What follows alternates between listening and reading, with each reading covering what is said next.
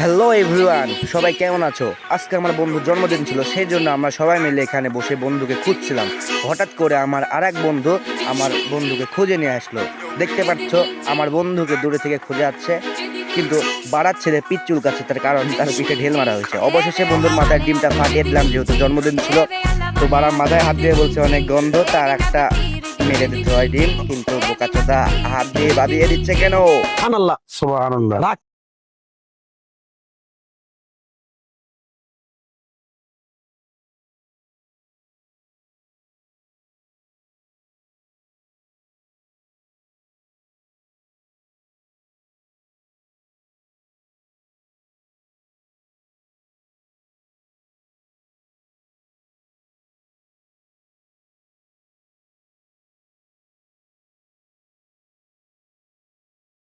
পদে ব্যথা ছিল বলে বন্ধুর পদে হাত দিচ্ছে বারে বারে।